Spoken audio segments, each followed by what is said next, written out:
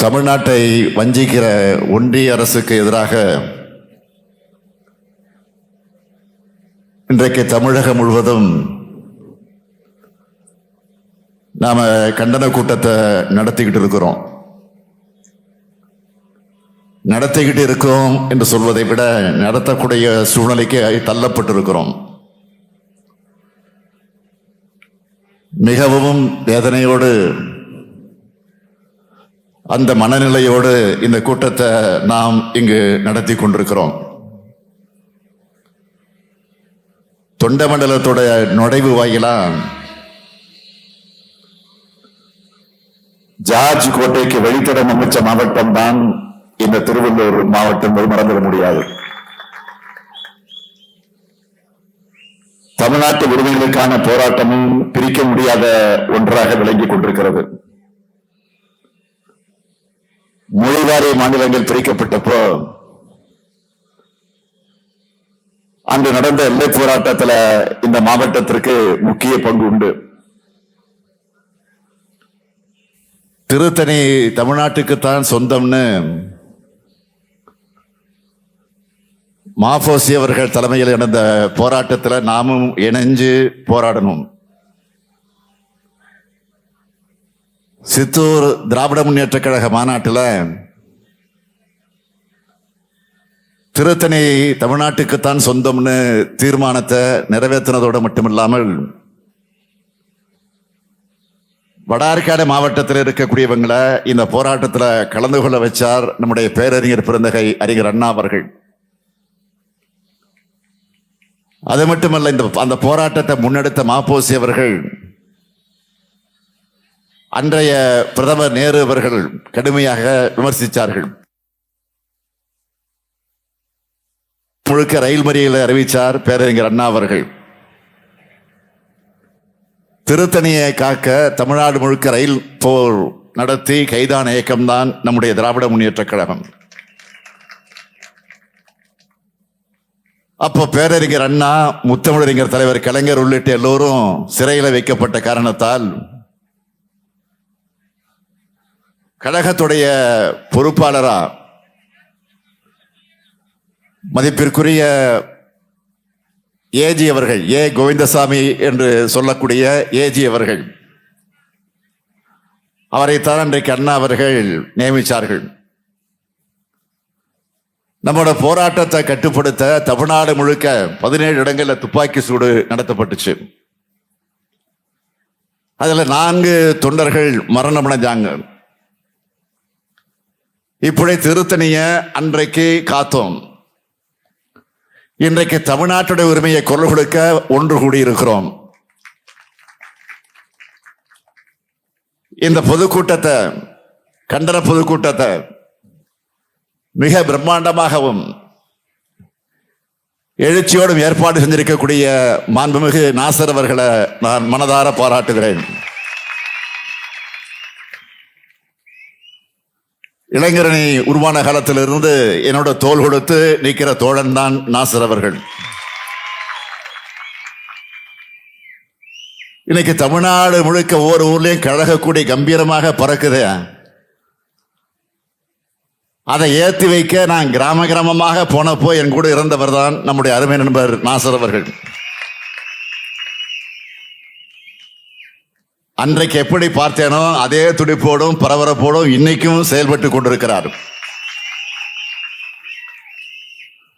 அவருக்கு பக்கபலமாக துணை நிற்கக்கூடிய சந்திரன் உள்ளிட்ட திருவள்ளூர் மாவட்ட நிர்வாகிகளுக்கும் முன்னணியினர் அனைவருக்கும் என்னுடைய பாராட்டுக்கள், வாழ்த்துக்கள், நன்றிகள். உங்களுடைய ஆதரவால,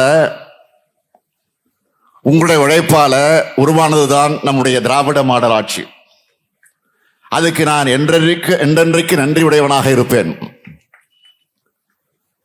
2021ஆம் ஆண்டு நடைபெற்ற சட்டமன்ற தேர்தலில் என் மேல நம்பிக்கை வச்சு தமிழ்நாட்டு மக்கள் ஆட்சி பொறுப்பை வழங்கினாங்க. மக்கள் என் மேல வச்சிருக்கக்கூடிய நம்பிக்கையை நான் காப்பாற்றி கொண்டிருக்கிறேன். இந்த 3.5 ஆண்டு காலத்தில் ஏராளமான திட்டங்களை நிறைவேற்றி தமிழ்நாட்டை இந்தியாவோட முதன்மை மாநிலமாக வளர்த்தெடுத்து வருகிறோம். அது ஊடகங்களை வெளியிடக்கூடிய புள்ளி விவரங்களாக இருந்தாலும் சரி, தனியார் அமைப்புகள் வெளியிடக்கூடிய சர்வேக்களாக இருந்தாலும் சரி, ஏன் ஒன்றிய அரசு வெளியிடக்கூடிய புள்ளி விவரங்களாக இருந்தாலும் சரி, அதிலெல்லாம் தமிழ்நாடு தான் முன்னிலையில் இருக்குன்னு இந்தியாவோட மிகப்பெரிய பொருளாதாரம் கொண்ட மாநிலங்களோட பட்டியலில் தமிழ்நாடு 2வது இடத்துல இருக்கு. தேசிய மொத்த உள்நாட்டு உற்பத்தியில தமிழ்நாட்டுடைய பங்கு உயர்ந்திருக்கு. 2030ஆம் ஆண்டிற்குள்ளாக $1 டிரில்லியன் பொருளாதாரத்தை அடைக்கணும்னு ஒரு மிகப்பெரிய குறிக்கோளை வச்சுக்கிட்டு நாள்தோறும் உழைச்சுக்கிட்டு இருக்கிறோம். பொருளாதார குறியீடுகள் எல்லாத்தையும் தமிழ்நாடு வளர்ச்சியை எப்படி இருக்கு? வறுமை இல்லாத மாநிலமாக, பட்டின சாவுகள் அறவே இல்லாத மாநிலமாக தமிழ்நாடு இருக்கு. கடந்த 3 ஆண்டுகள்ல 10 லட்சம் கோடி ரூபாய்க்கு அதிகமான தனியார் முதலீட்டு திட்டங்கள் வர்றது உறுதி செய்யப்பட்டிருக்கு. இந்த வளர்ச்சியோட ஒவ்வொரு தனி மனிதருக்கும் நன்மை அளிக்கக்கூடிய திட்டங்களை செயல்படுத்திக்கிட்டு இருக்கோம். முத்தாய்ப்பான சில திட்டங்களை மட்டும் சொல்ல விரும்புகிறேன். மாசம் 1000 ரூபாய், ஒரு ஆண்டுக்கு 12,000 ரூபாய். 1,16,00,000 பெண்களுக்கு கலைஞர் மகளிர் உரிமை திட்டத்தில் கொடுக்கிறோம். அதே மாதிரி புதுவை பெண் திட்டத்திலையும் தமிழ் புதல்வன் திட்டத்திலையும் ஆண்டொன்றுக்கு 12,000 ரூபாய் வழங்குகிறோம். பெண் விடுதலைக்கு அச்சாரமாக வேலை வாய்ப்புகளை உருவாக்கி அவங்க இலவசமாக பயணம் செய்ய விடியல் பயண திட்டம். அவங்க பாதுகாப்பா வெளியூர்ல இருந்து வரக்கூடியவர்கள் தங்குவதற்கு தோழி திட்டம், ஹாஸ்டல், பெண்களுக்கு என்று தனியாக தோழி திட்டம் என்கிற பெயரில் விடுதிகள். இன்னும் சொல்லணும்னா அமைதியான பாதுகாப்பான மாநிலமாக இருக்கிறதுனால அதிக அளவு பெண்கள் வேலைக்கு போற மாநிலமாக நம்முடைய தமிழ்நாடு இருக்கு. அடுத்து வருங்கால தலைமுறை வலிமையான தலைமுறையா வளர்வதற்கு சத்தான சுவையான காலை உணவை கொடுக்கிறோம். தமிழ்நாட்டு மாணவர்கள்னா உடனே வேலை கொடுக்க அளவுக்கு நம்ம பசங்களோட திறமையை மேம்படுத்த நான் முதல்வன் திட்டத்தில் திறன் பயிற்சி கொடுக்கிறோம். ஒன்றிய அரசு வெளியிட்ட பொருளாதார ஆய்வறிக்கையில தமிழ்நாட்டின் பல்வேறு திட்டங்கள் பாராட்டி இருக்கிறாங்க. எல்லா துறைகளையும் மேல் நோக்கிய வளர்ச்சியை தமிழ்நாடு அடைந்து வருகிறது. இத்தகைய சூழல்ல தமிழ்நாடு அரசுக்கு ஒத்துழைக்கக்கூடிய ஒன்றிய அரசு மட்டும் இருந்திருந்தா தமிழ்நாடு இன்னும் வேகமாக வளர்ந்திருக்க முடியும். தமிழ்நாட்டு மக்களான நீங்க முழுமையான வெற்றியை இந்தியா கூட்டணிக்கு கொடுத்தது போல சில மாநிலங்களில் பெற முடியாத காரணத்தால் சின்ன வித்தியாசத்தில் மீண்டும் ஒன்றியத்தில் பாஜக ஆட்சி வந்துவிட்டது, கூட்டணி ஆட்சியாக வந்துடுச்சு. மூச்சுக்கு மூச்சு என்ன சொன்னாங்க, 400 சீட்டு ஜெயிப்போம்னு சொன்னாங்க. இறுதியில் என்ன ஆச்சு, 240 இடங்கள் கிடைச்சது அவங்களுக்கு. கடைசியில கூட்டணி கட்சியோட தயவோட ஒரு மைனாரிட்டி அரசை தான் அமைக்க முடிந்தது. ஆனாலும் பாஜக அரசு தன்னுடைய பாசிச சர்வாதிகார எதேச்சதிகார தன்மையை விட்டு இறங்காம பழையபடியே நடந்திருக்கிறது தான் இன்றைக்கு பார்த்து கொண்டிருக்கிறோம். மதவாத அரசியலை நடத்தி மக்களை ஒரே மயக்கத்தில் வச்சு அரசியல் ரீதியாக லாபம் அடையலான்னு நினைக்கிறாங்களே தவிர மக்களுக்கு நல்லது செஞ்சு மாநிலங்களுக்கு திட்டங்களை தந்து வளரணும் என்ற நினைப்பே பாஜகவுக்கு வராது. மதவாத அரசியல் மூலமா மக்கள் கிட்ட இருந்து ஓட்டு அறுவடை செஞ்சு காலத்தை ஓட்ட நினைக்கிறாங்க. அதனாலதான் ஒன்றிய அரசின் சார்பில் ஆண்டுதோறும் வெளியிடப்படக்கூடிய நிதிநிலை அறிக்கை வெற்று அறிக்கையாக இருக்கு.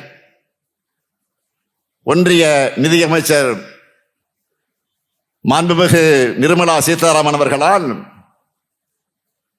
நாடாளுமன்றத்தில் தாக்கல் செய்யப்பட்ட நிதிநிலை அறிக்கையில தமிழ்நாட்டுக்கு மட்டுமல்ல ஒட்டுமொத்த இந்தியாவுக்கு எதுவும் இல்லை. திருக்குறளை மேற்கோள் காட்டினா போதும், தமிழ்நாட்டை ஏமாத்தினான்னு நினைக்கிறாரு நிதியமைச்சராக இருக்கக்கூடிய நிர்மலா சீதாராமன் அவர்கள். இப்போ புதுசா தெலுங்கு கவிதையை மேற்கோள் காட்டுகிறார். நாடு என்றால் வெறும் மண் அல்ல, அது மக்கள் தான் என்பதை அப்பாராவை எழுதின அந்த கவிதையோட பொருள். அந்த மக்களுக்காக என்ன அறிவிச்சாங்க? எதுவும் இல்லை. தெலுங்குல ஒரு பழமொழி சொல்லுவாங்க, பேரு பெத்த பேரு தாக நீழல் ஏதுன்னு சொல்லுவாங்க. பேருதான் பெரிய பேரு, ஆனா குடிக்க தண்ணி கூட கொடுக்க மாட்டாங்கன்னு அதுக்கு அர்த்தம். அந்த மாதிரி தான் பேரு என்னவோ ஒன்றிய பட்ஜெட், இந்தியாவுக்கான பட்ஜெட், வளர்ச்சி பட்ஜெட், ஆனா எதுவும் அதுல இருக்காது. அனைத்து பகுதிக்குமான வளர்ச்சியை உறுதி செஞ்சிருக்கிறதா பிரதமரும் நிதியமைச்சரும் சொல்றாங்க. எல்லா பகுதிகளோட பேரும் இந்த பட்ஜெட்ல இடம்பெற்றிருக்கா? கொஞ்சமாச்ச மனசாட்சியோடு பதில் சொல்லுங்க. ஒன்றிய அரசினுடைய நிதிநிலை அறிக்கை என்பது அனைத்து தரப்பினரையும் ஏமாத்துகிற வகையில் அமைஞ்சிருக்கு. உழவர்கள், விவசாய பெருங்குடி மக்கள் 4 ஆண்டுகளாக போராடிக்கிட்டு இருக்காங்க. அவங்களோட முக்கியமான கோரிக்கைய குறைந்தபட்ச ஆதார விலைக்கான அறிவிப்பு இதுல இல்ல. கல்விக்கு மொத்தமே 2.3% விழுக்காடு தான் ஒதுக்கி இருக்கிறாங்க. சுகாதாரத்துக்கு மொத்தமே 1.8 விழுக்காடு தான் ஒதுக்கி இருக்கிறாங்க. பாதுகாப்பு துறைக்கு 4.91 லட்சம் கோடி ரூபாயும், உள்துறைக்கு 2.33 லட்சம் கோடி ரூபாயும் கொடுத்தவங்க சமூக நலத்துறைக்கு எவ்வளவு தெரியுமா? 60,000 கோடி ரூபாய் தான் கொடுத்திருக்கிறாங்க. ஆக மக்கள் வளர்ச்சியிலே இவங்களுக்கு எந்த அக்கறையும் இல்லை என்பதற்கு இதை விட வேறு சாட்சி வேணுமா? பட்டியல் பழங்குடியினருக்கான நிதி ஒதுக்கீடும் குறைவு, புதிய வேலை வாய்ப்புக்கான திட்டங்கள் இல்ல, காப்பீட்டு துறையில் அந்நிய நேரடி முதலீட்டை 100 விழுக்காடு அதிகப்படுத்துறது மூலமா எல்ஐசியை ஒழிக்க முயற்சி செய்யறாங்க. உர மானியத்தை குறைச்சிட்டாங்க, பெட்ரோலிய பொருள்களுக்கான மானியத்தை குறைச்சிட்டாங்க, சமையல் எரிவாயு மானியத்தையும் குறைச்சிட்டாங்க. பொருளாதாரத்தை வளர்க்கிற திட்டங்கள் இல்ல, பொருளாதார ஏற்றத்தாழ குறைக்கிற முயற்சிகள் இல்ல, நிதியை பெருக்கிற திட்டங்கள் இல்ல. இந்த நிதிநிலை அறிக்கையுடைய மிகப்பெரிய சலுகையாக அவங்க சொல்வது 12 லட்சம் ரூபாய் ஆண்டு வருமானம் கொண்டவர்களுக்கு வருமான வரி இல்லைன்னு சொல்லப்படுது. இந்திய நாட்டினுடைய மக்கள் தொகை எவ்வளவு? 140 கோடி. அதுல 2 விழுக்காட்டுக்கு குறைவான மக்களுக்குத்தான் சலுகை தானே தவிர வேறல்ல. இதையே பெரிய சாதனையாக காட்டுறாங்க. அனைத்து மாநிலங்களுக்கான ஒன்றிய பட்ஜெட்னு சொல்லிட்டு பீகார் பீகார் பீகார்னு 6 முறை சொல்லுகிறார் அமைச்சர் நிர்மலா சீதாராமன் அவர்கள். என்ன காரணம்? ஏன்னா அங்கதான் சட்டமன்ற தேர்தல் வரப்போகுது விரைவில். கடந்த முறை நிதி அறிக்கையில் என்னாச்சு? ஆந்திரான்னு அறிவிச்சாங்க. அங்க சட்டமன்ற தேர்தல் வந்தால் அப்படி சொன்னாங்க. இப்ப பீகார்ல தேர்தல் வரப்போகுது என்பதால பீகார்னு சொல்றாங்க. பீகாருக்கோ ஆந்திராவுக்கோ திட்டங்களை ஒதுக்க வேணாம்னு நான் சொல்லல. எங்களை ஏன் புறக்கணிக்கிறீங்கன்னு தான் நாங்க கேட்கிறோம். தமிழ்நாட்டுக்கான புதிய சிறப்பு திட்டம் உண்டா? இல்ல. தமிழ்நாட்டுக்கான புதிய ரயில்வே திட்டம் உண்டா? இல்ல. ரயில்வே திட்டங்களுக்கான நிதியாவது அதிகம் கொடுத்திருக்கிறாங்களா? இல்ல. சென்னை மெட்ரோ 2ஆம் கட்ட பணிகளுக்கு நிதி உண்டா? இல்ல. பெஞ்சல் புயலுக்கு இழப்பீடு உண்டா? கிடையாது. மிக்ஜாம் புயலுக்கு இழப்பீடு உண்டா? அதுவும் கிடையாது. மதுரை எய்ம்ஸ் மருத்துவமனைக்கு நிதி உண்டா? கிடையவே கிடையாது. ஒருங்கிணைந்த கல்வி திட்டத்துக்கு நிதி இருக்கா? இல்ல. குடிநீர் திட்டத்துக்கு இல்ல, வீடு கட்டு திட்டத்துக்கு இல்ல. எதை எடுத்தாலும் இல்ல இல்ல இல்லதான். இதுக்கு பேர் பட்ஜெட்டா? நான் கேட்கிறேன், இதுக்கு பேர் பட்ஜெட்டா? மாண்புமிகு நிதியமைச்சர் நிர்மலா சீதாராமன் அவர்களே, தமிழ்நாட்டை சார்ந்தவர் என்பது பெருமையா, இல்ல தமிழ்நாட்டுடைய வளர்ச்சிக்காக நிதி ஒதுக்கிறது பெருமையா? கொஞ்சம் யோசிச்சு பாருங்க. உங்களுடைய மனசாட்சிக்கு இதை விட்டு விடுகிறேன். இந்த கேள்வியை கேட்டு நான் இத்தோடு விடுகிறேன். அத மாநிலங்களுக்கு நிதி தராத ஒன்றிய அரசு கடன் தருது. அது வட்டி இல்லாத கடனா? வடக்குல நடக்கிறது ஆட்சியா இல்ல வட்டி கிடையா? அப்பா தன் பிள்ளையோட படிப்புக்கு உடைக்கு உணவுக்கு பணம் தராம கடன் தரேன்னு சொல்ல முடியுமா? அப்படி கொடுத்தா அதுக்கு பேரு குடும்பமா? கேட்போமா மாட்டோமா? மாநிலங்களை ஒருங்கிணைச்சு ஆட்சி செய்கிற ஒன்றிய அரசானது மாநிலங்களுக்கு நிதி வழங்காம கடன் தரேன்னு சொல்றதுக்கு பேர் ஆட்சியா? இதுதான் கூட்டாட்சியா? இதுதான் அரசியலமைப்பு சட்டம் இப்படித்தான் சொல்லுதா? சட்டப்படி ஆட்சி செய்றீங்களா இல்ல உங்க இஷ்டப்படி ஆட்சி செய்றீங்களா? இந்திய பொருளாதாரத்துக்கு முதுகெலும்பா இருக்கக்கூடிய தமிழ்நாட்டை தொடர்ந்து வஞ்சிக்கிறது ஏன்? தமிழ்நாடுதான் பாஜகவுக்கு பிடிக்கலையா? பாஜகவுக்கு வாக்களிக்காத மக்கள் வாழுகிற மாநிலம்னு நிதி கொடுக்க மறுக்கிறாங்க. ஒன்றிய பாஜக அரசுக்கு நான் சொல்றதெல்லாம், நீங்க நிதியை கொடுக்காம இருக்கலாம், ஆனால் நாங்க நீதியை அடையாம விட மாட்டோம். நீங்க வேணும்னா வஞ்சிக்கிறவங்களாக இருக்கலாம், ஆனா நாங்க வாழ வைக்கிறவங்க.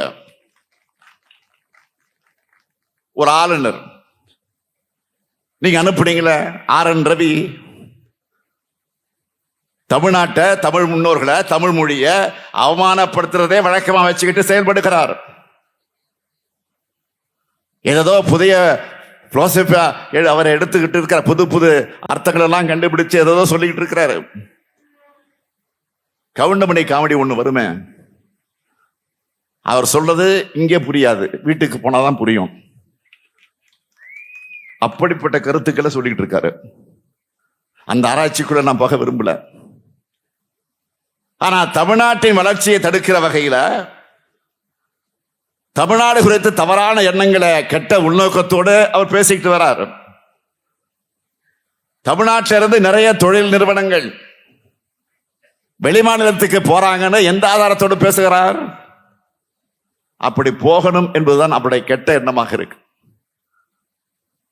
தமிழ்நாட்டுடைய வளர்ச்சியை ஒன்றிய அரசின் பொருளாதார ஆய்வறிக்கையை பாராட்டுது. ஆனால் ஆளுநர் ரவியினுடைய பாராட்டு நமக்கு தேவையில்லை.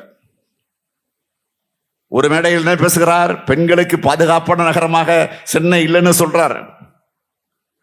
அதே ஆளுநர் ரவி அவர்கள் இன்னொரு மேடையில பாதுகாப்பான நகரம்னு சொல்றாரு. இப்படி மாத்தி மாத்தி பேசுறார். பாதுகாப்பு இல்லாத மாநிலம் ஆளுநர் சொன்னத 2 நாட்களுக்கு முன்னால் தமிழ்நாட்டிற்கு சென்னைக்கு வந்த ஒன்றிய அமைச்சர் ஜோதிர் ஆதித்யா சிந்தியா அவர்களே மறுத்திருக்கிறார். சென்னையில ஒரு வர்த்தக நிகழ்ச்சியில உரையாற்றிய போது அவர் குறிப்பிட்டார். பத்திரிகைகள் தெளிவாக வந்திருக்கிறது, ஆங்கில பத்திரிகை வந்திருக்கிறது, தமிழ் பத்திரிகை வந்திருக்கிறது, தொலைக்காட்சியில் செய்தி வெளியிடப்பட்டிருக்கிறது.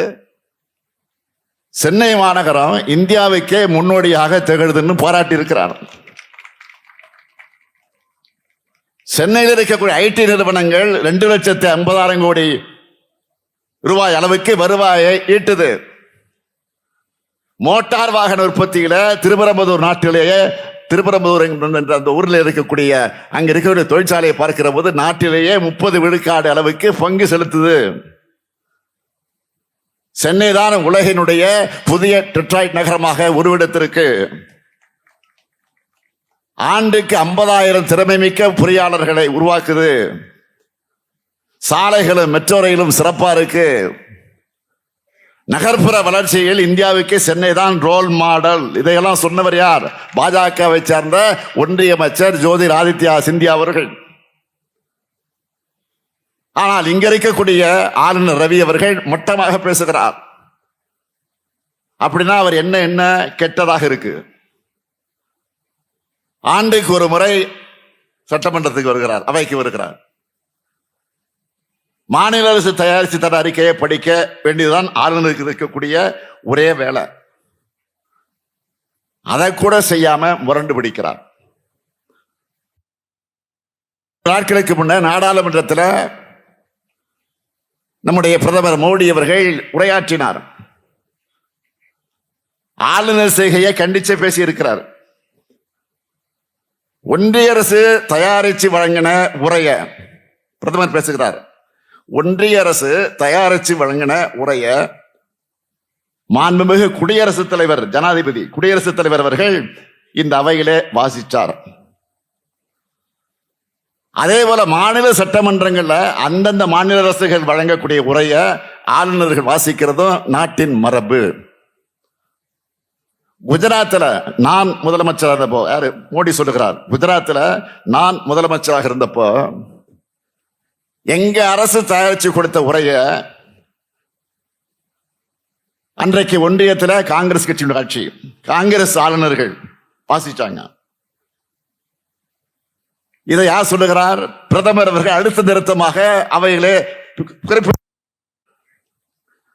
மாநில அரசுக்கு கட்டுப்பட்டு ஆளுநர் செயல்படும் என்கிற உண்மையை பிரதமர் மோடி அவர்களே ஒப்புக்கொண்டிருக்கக்கூடிய நிலையில நான் கேட்கிறேன், இதற்கு என்ன பதில் சொல்ல போகிறார் ஆளுநர் ரவி அவர்கள்? நீதிமன்றத்தில் இருக்க அந்த பிரச்சனை எல்லாம் இன்னும் ஒரு வாரத்துக்குள்ள வரும். ஏற்கனவே அவருடைய அட்டுழியங்களை, அநியாயங்களை, சர்வாதிகாரத்தெல்லாம் உச்ச நீதிமன்றத்தில் நீதிபதி கிழிச்சுக்கிட்டு இருக்கிறாங்க. என்ன பொறுத்த வரைக்கும் கேட்டீங்கன்னா அவரே தான் தொடர்ந்து இருக்கணும். அவர் இருந்தால் தான் நமக்கு வேகம் வருது. நான் பல நேரங்கள் சொல்லி இருக்கிறேன், 2026 திமுக ஆட்சி இருக்கிற வரைக்கும் அவர் தான் இருக்கணும். அப்பதான் அது நமக்கு வசதி. அவரே நமக்கு பெரிய பிரச்சாரத்தை நடத்திக்கிட்டு இருக்கிறார். அடுத்து இன்னொருத்தர் இருக்காரு, பிஜேபி தலைவர் அண்ணாமலை, அவரும் இருக்கணும். அவரும் இருக்கணும் தொடர்ந்து. 2 பேர் இருந்தா போதும். நாம பிரச்சாரம் செய்ய வேண்டியது, அவங்களே பிரச்சாரம் செய்து நம்ம ஆட்சியை மீண்டும் மீண்டும் கொண்டு வந்து தமிழ்நாட்டில் உட்கார வச்சிருவாங்க. நான் கேட்க விரும்புவது, இவ்வளவு நடந்திருக்கு பிறகு, பிரதமர்களே சொல்லியதற்கு பிறகு, நான் ஆளுநரை கேட்டுக்கொள்ள விரும்புவது, ரவி திருந்தணும், வேற எதையும் கேட்கல. நான் பிரதமரை பார்த்து கேட்க விரும்புவது, நீங்க குஜராத் முதலமைச்சராக இருந்தப்போ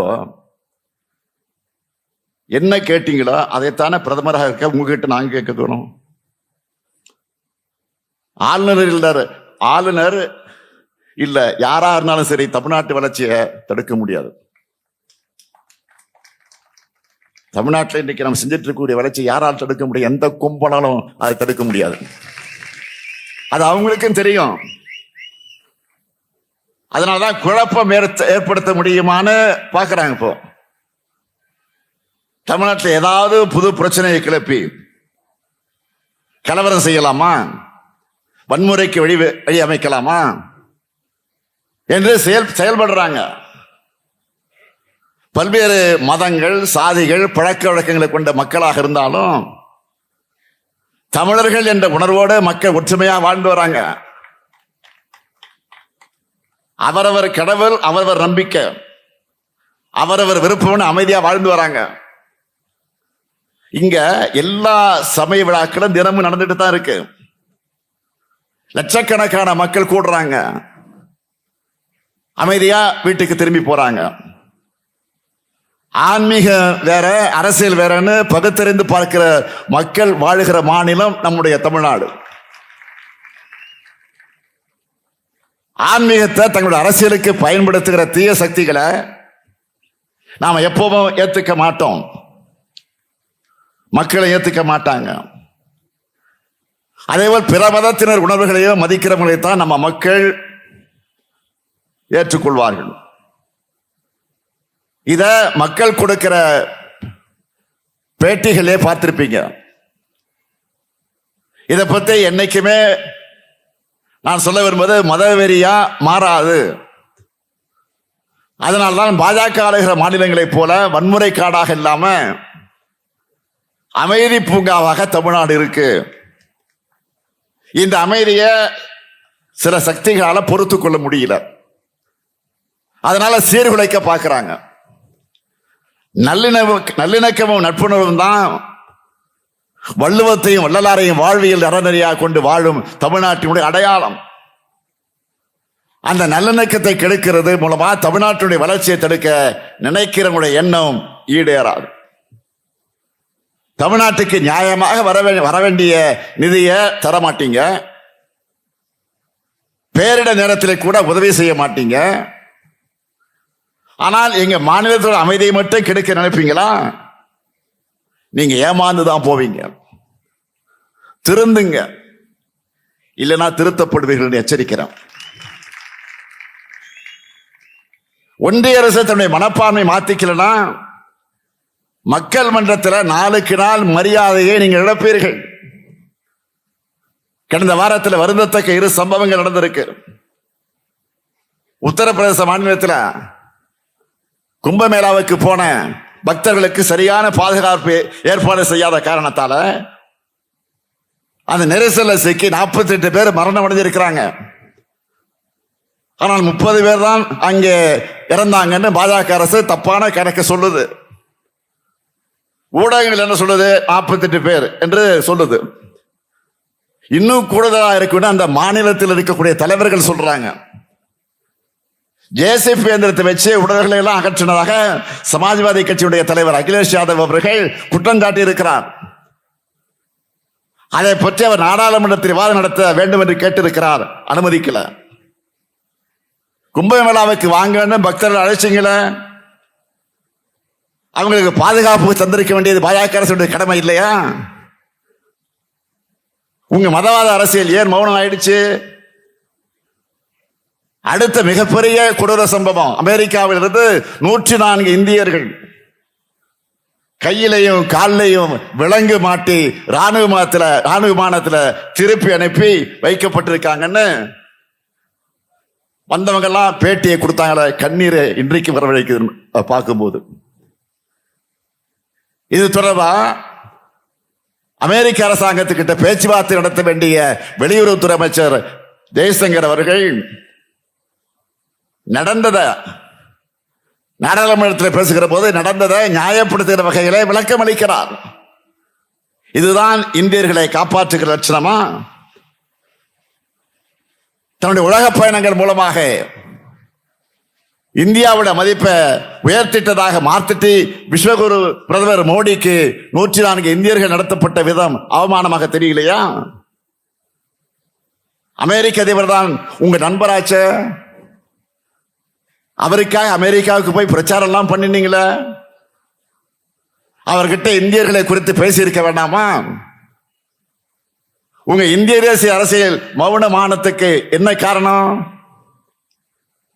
ஆட்சி அதிகாரத்தை தக்க வைத்து தவிர வேற எந்த நோக்கமும் ஒன்றிய பாஜக அரசுக்கு இல்லைன்னு இதன் மூலம் தெரியுதா இல்லையா? ஒன்றிய ஆட்சியாளர்களை வஞ்சிக்கிறது உங்கள் வழக்கம், வாழ வைக்கிறது வளர்த்திருத்திருக்கக்கூடிய எங்கள் பழக்கம்.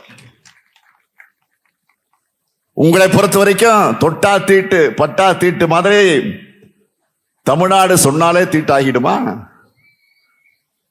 இயற்கை பேரிடர் நிதியை தர முடியாத அளவுக்கு உங்களது என்ன இரும்பாயிடுச்சா? நீங்க மேல இருக்கீங்க, நாங்க கீழே இருக்கோம்னு நினைச்சு ஆணவத்தில் ஆடாதீங்க. மேல இருக்கக்கூடிய நீங்கள் அங்க பாதுகாப்பாக இருப்பதற்கு என்ன காரணம்? கீழே இருக்கக்கூடிய வேர் பலமாக இருந்தால்தான் மேல மரம் வலுவாக வளர முடியும். நாங்க தான் ஜனநாயகத்தோட வேறு, மறந்துடாதீங்க. இன்னும் சொல்றேன், என்னால ஆனதை நான் செஞ்சிட்டேன், இனி டெல்லி தன்னால் ஆனதை பார்க்கட்டும்னு பேரறிஞர் அண்ணா சொன்னார்.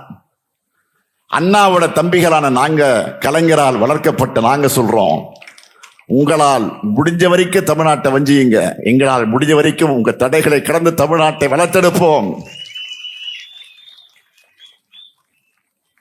ஒன்றிய பாஜக அரசுக்கும் கடந்த காலத்தில் கொத்தடிமைகளாக நடத்திய தமிழ்நாட்டின் அனைத்து உரிமைகளையும் அடகு வச்ச அதிமுகவுக்கும் ஒட்டுமொத்தமாக பாடம் புகட்டக்கூடிய தேர்தலாக 2026 சட்டமன்ற தேர்தல் அமைய போகுது.